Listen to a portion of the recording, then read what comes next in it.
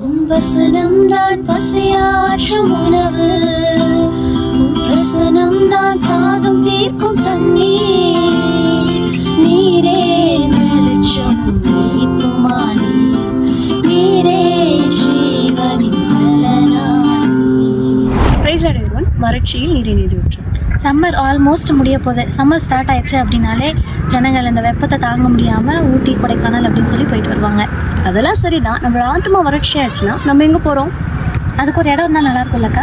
கண்டிப்பாக இடம் இருக்குது. என்னன்னு கேட்குறீங்களா? அப்பாவோட சமூகமும் அப்பாவோட பிரசனம் தாங்க.